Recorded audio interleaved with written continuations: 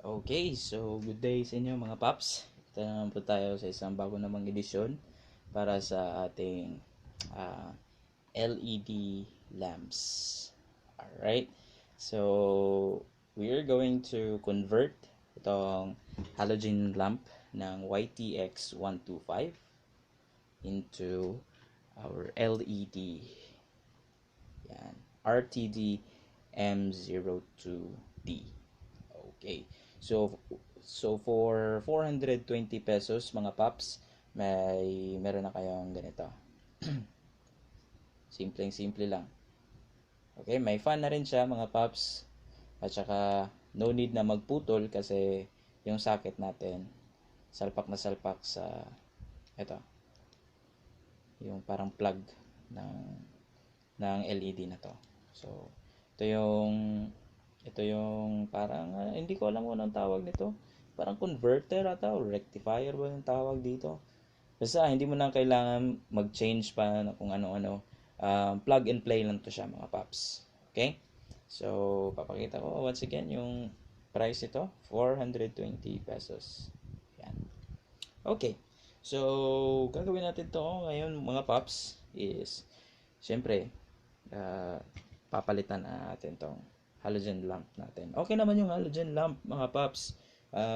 Sa katunayan nga, medyo satisfied ako kasi um, ma- talagang maliwanag siya mga paps. Kaso nga lang, kung minsan na-try ko dito sa ating halogen lamp, bumabiyahe ako ng super highway, yung 6 lanes. Tapos madilim na madilim, walang poste. Parang yung ilaw natin is parang kakainin siya ng dilim. Alam niyo yun, na-feel niyo yung ganun.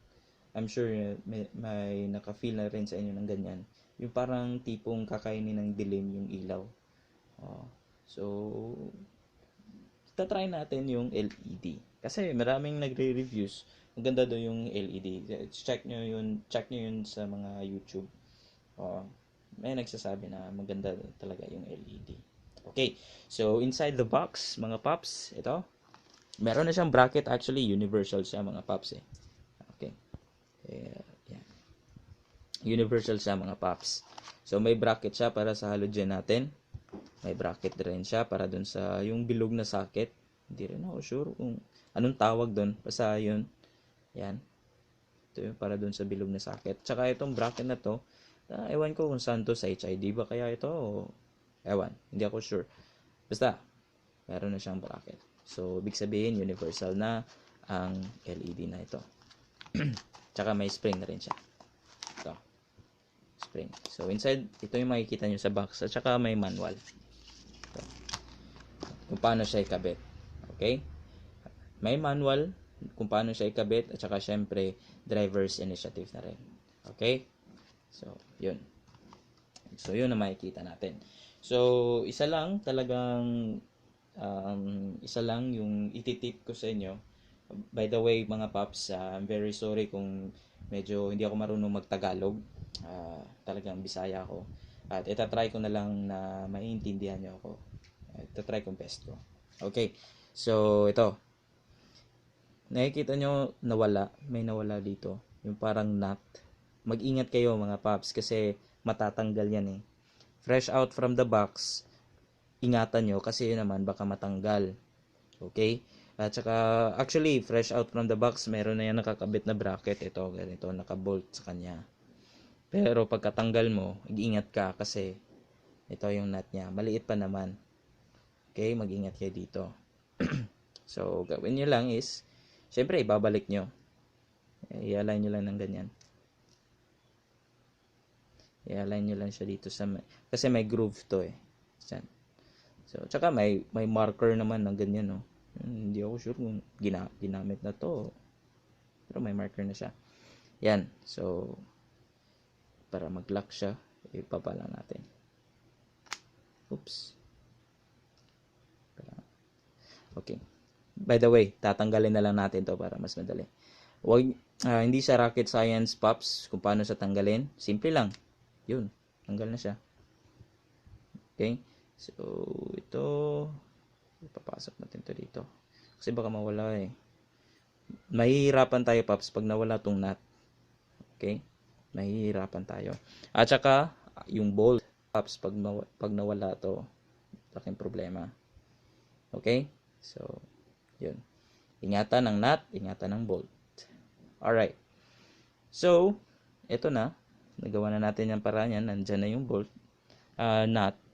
So, ito na rin yung bolt. Yan. So, ang gagawin natin ngayon sa ating headlight is tatanggalin natin syempre yung halogen. Okay. So, by the way mga paps, ito yung rubber cap niya. Okay? Actually, nandito yan eh. Ganito ang forma niyan pagka una mong kuha. Balik lang natin para sa mas ma-imagine nyo talaga. So, fresh out from your headlight mga paps, ganito. May rubber cap yan. Ang purpose nito is para at least hindi babasa at saka secure ang ating mga headlight. Okay? So, ganito ang mangyayari. Ganyan. Now, gagawin natin is tatanggalin natin. Hindi rin rocket science mga paps. Ganun lang kasimple. Okay? Tapos naman, ang pagtanggal ng ating halogen lamp. Ito. Makikita nyo to. So, push. Pihit nyo lang kaliwa. Yan. Hanggang sa matanggal yun. So, ayun. Ganun lang. Ganun lang kasimple. Yan. Tapos, ito na yung halogen lamp. Tips ko para sa inyo mga paps, huwag nyo hahawakan itong clear glass na to. Okay, huwag nyo hahawakan. Huwag nating hayaan na mag-build up yung mga alikabok or yung oil na nanggaling sa ating mga kamay. Okay? So, huwag nyo hahawakan. Pwede nyo hawakan dito sa may dulo o di kaya na may dito. Mas safe kung dito mga paps. Okay. So, continue. Ayan. Ito. Now, ang diskarte ko kasi dito mga paps, sayang naman kung di natin to gagamitin, di ba? Kasi pag nakalagay na to, langan naman ganyan, hindi magkasya. So, ginawan ko ng paraan mga paps. Gagamitin pa rin natin to. Pero medyo mahihirapan tayo sa pag-install mamaya.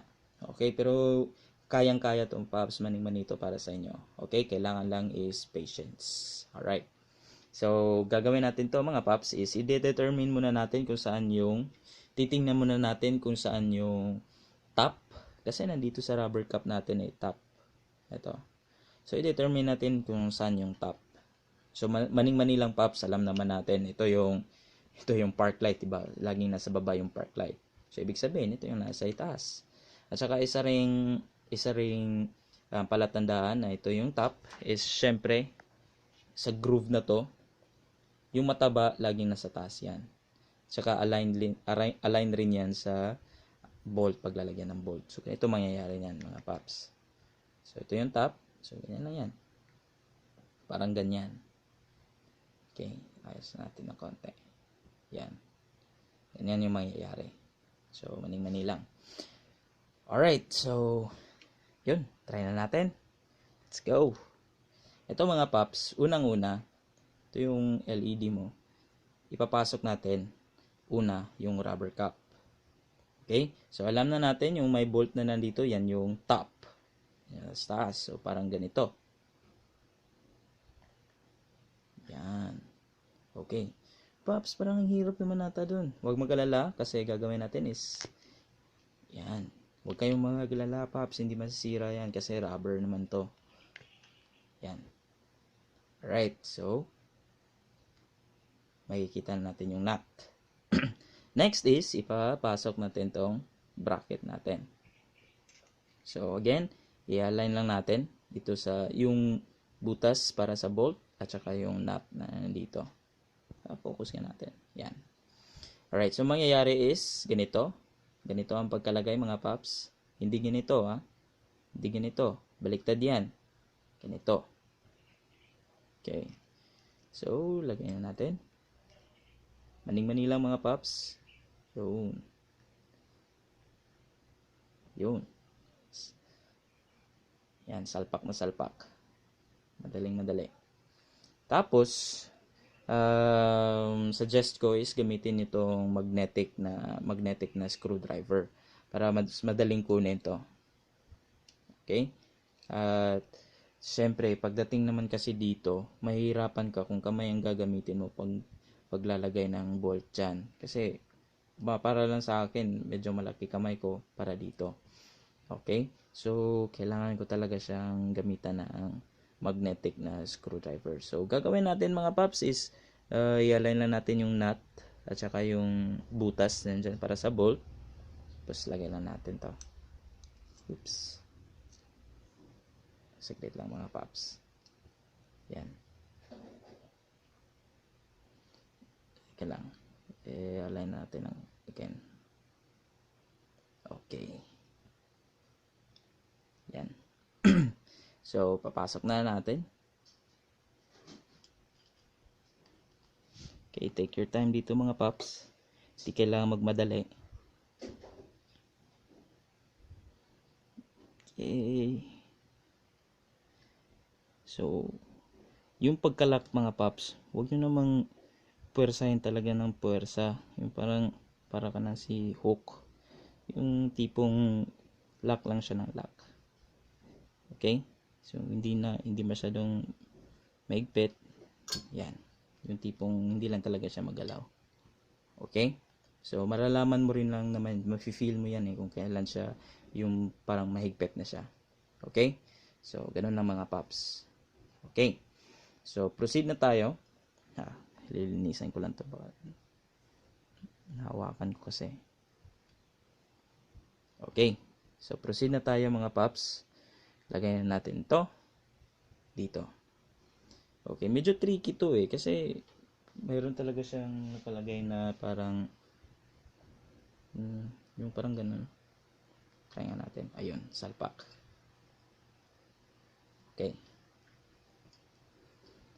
Ayun. So, ganito na ang forma niyan mga paps. Yan. So, magagamit na natin ang ating tawag nito, ating rubber cup. At the same time, yung LED natin. So, walang masasayang mga paps. Di na kailangan guntingin to dito mga paps. Huwag nyong guguntingin. Sayang na sayang talaga mga paps. At pag guguntingin nyo, pag gamit nyo, pag may tubig, mapapasukan pa rin. So, sa ganitong paraan, mas okay siya, mas safe siya. Alright, so gagawin natin is ilalagay na natin siya dito sa ating headlight. Medyo tricky to dito na part mga paps. Okay, so yeah, medyo tricky siya kasi mahirap na siyang i-install kasi mayroon na siya nito meron na siyang rubber cup, medyo malaki-laki na siya. So, kailangan lang talaga ng patience. Okay. So, unang-una is tatanggalin muna natin to.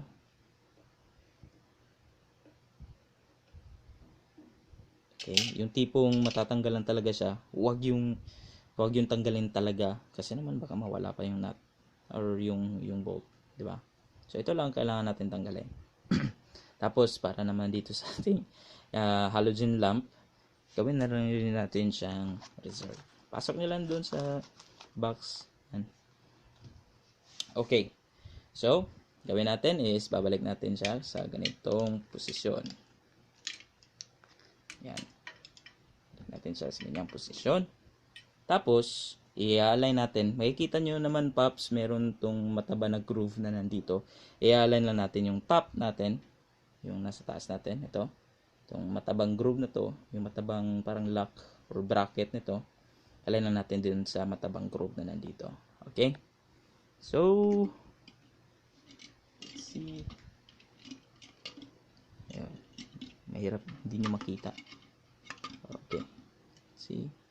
Parang ganyan lang. Wait. Yan. Yun. Salpak na. Kita nyo naman. Tapos, syempre, ilalagay natin balik yung ating lock. Okay, alam nga naman, ganito lang, di ba? Medyo maalog naman. So, lagyan natin ng lock. Now, tricky part is itong lock. Okay, so itong dito na part, mga paps, ito yung para dun sa may bolt. Okay, tanggalin natin to. Itong part na to, para dito yan sa may bolt. Okay, para hindi kayo malito. Para dito yan sa bolt. Okay, so gagawin natin is, lalagay natin muna to. Again, i-align nyo lang dito. Tapos, Para naman dito sa ating lock is ilalagay muna natin siya una, itong side na to, dito sa side na to, sa baba, sa bottom side of the lamp or of the LED. So ilalagay natin siya una dito. Okay? Huwag kayong matakot, Pops, na medyo parang bibikaka siya ng konti. Huwag nyo lang masyadong lakihan. Siyempre naman, baka naman masira, di ba? So, yung tipong magkakasya lang siya. Okay? So, patience lang talaga tayo dito, mga Pops. Yan, kapasok din. Okay. Once again, paalala lang mga Pops, patience is a virtue. Okay, yan na. Yan na mga Pops. So, nandito na yung dito na part. So, ilalak na natin. Okay. Dito. Okay.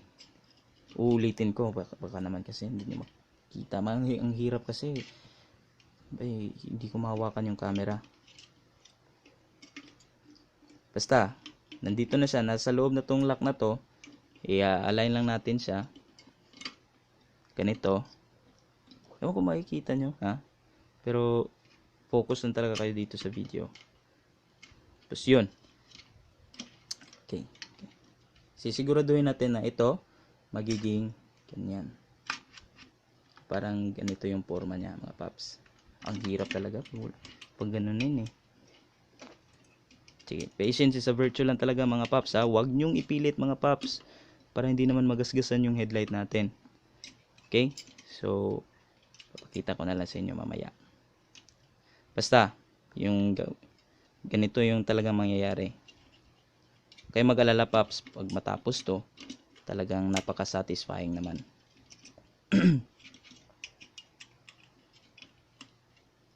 Okay. So, ganyan. Tama, pinihit ko pala to. Luwagan natin ng konti. Yan. Tapos ilalak ko. Makikita nyo naman talaga dyan, mga Paps, diba? So, focus lang talaga kayo.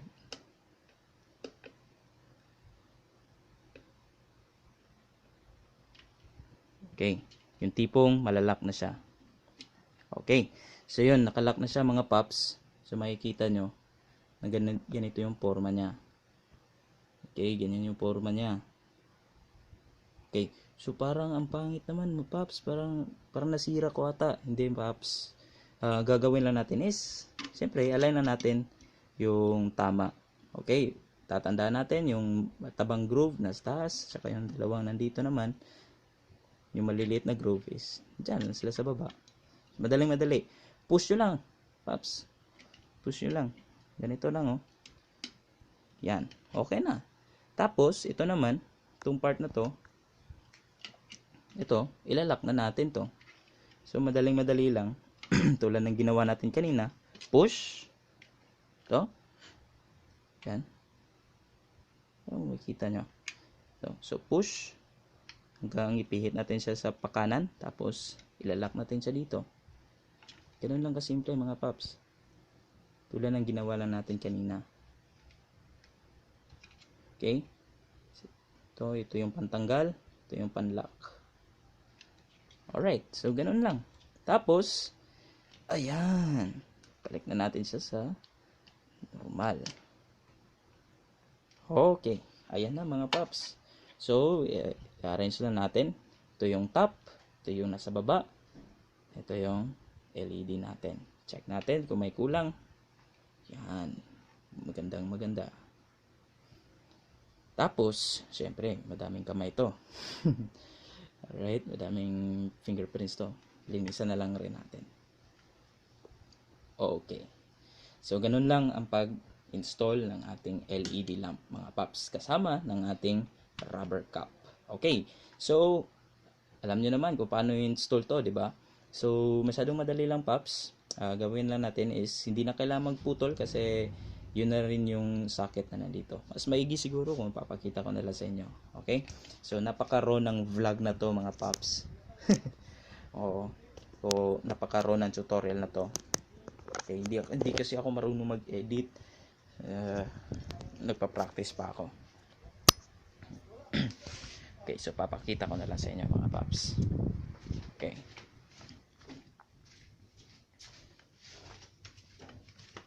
So, ito siya. Dito. Okay, natin siya dyan. Okay. Tapos, ito na yung parang plug niya. Pops, once again, di nyo na kailangan mag-convert kasi plug and play na siya. So, ito yung socket natin, di ba? Yan. So, lalagay lang natin siya dito. Yan lang siya kasimple. Wow, ang hirap. Yun.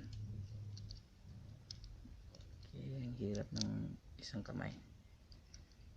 So, dahan-dahan nyo lang ipapasok. Huwag nyo naman masyadong pwersahin kasi para masira. Okay. Yun. Yan na. So, ganun lang mga paps. Ganun lang ang pag-install ng ating LED headlight. Okay. So, converted na siya mga paps. I-install na natin dito mamaya. Okay. So, hindi ko na kailangan videohin yun. Alam nyo na yun. Tapos, para dun sa may gustong makaalam kung paano ko nagawa ng paraan itong bracket na to, itong footrest ko, meron akong video nandito na rin sa channel ko. Okay? So, yun lang mga paps.